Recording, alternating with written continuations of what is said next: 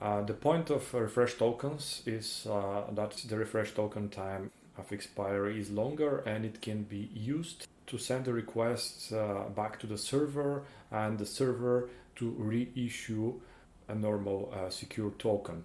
So the aim of a refresh token is to regenerate the authentication for the user in such way that the user doesn't need to re-log in. So as a demonstration, after we fill in those values, the system will send us both refresh and secure token. We've set the expire date of the normal token as 5 seconds. So after 5 seconds, we'll use the refresh token in order to regenerate again the couple of refresh and normal secure token. And if we log in the system, we'll see the normal requests, and in 5 seconds we'll have another request which will set our refresh token in a special cookie. Now to the graphical representation of the process, we can use this wonderful hasura.io website where you have the functionality. So initially we're making the request, and in the system we are generating both secure and refresh token, and we are sending the refresh token as a HTTP only cookie which cannot be read or modified by the browser.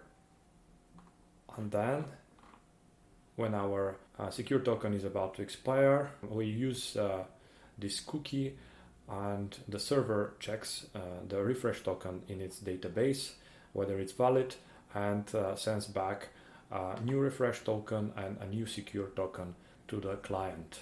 So in summary, we use refresh tokens when our access token is expired and we would like to renew it, as well as to renew the refresh token. And that's why it has a longer expire time than the access token.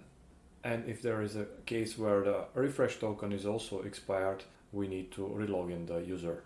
About the technical implementation of refresh tokens, it's very good if you manage to place the refresh token inside of HTTP only cookie, so that on the client side JavaScript and other techniques cannot be used in order to modify this type of cookie. And in case of attackers, even if they can send a refresh request to the server, they cannot get the new tokens. Also, if you would like to increase the security of the generated tokens, you can include browser and OS fingerprint inside of the token. The main authentication server is good if it can perform the following specific actions to be able to generate access and refresh tokens, and also to revoke tokens. This means to delete the refresh token. This is important also from the standpoint of security. When we are generating refresh tokens, we usually go through the following process. We are checking whether we have an user ID in our internal database with a token. Then we check the validity of this token, and we also check the number of tokens for this user, how many there are, because one user can generate and overflow our database. This is also a type of attack. And when everything is ready, we can save the newly generated token into our database. Alright guys, thank you for watching. I hope it's more clear the logic behind generating and using refresh tokens.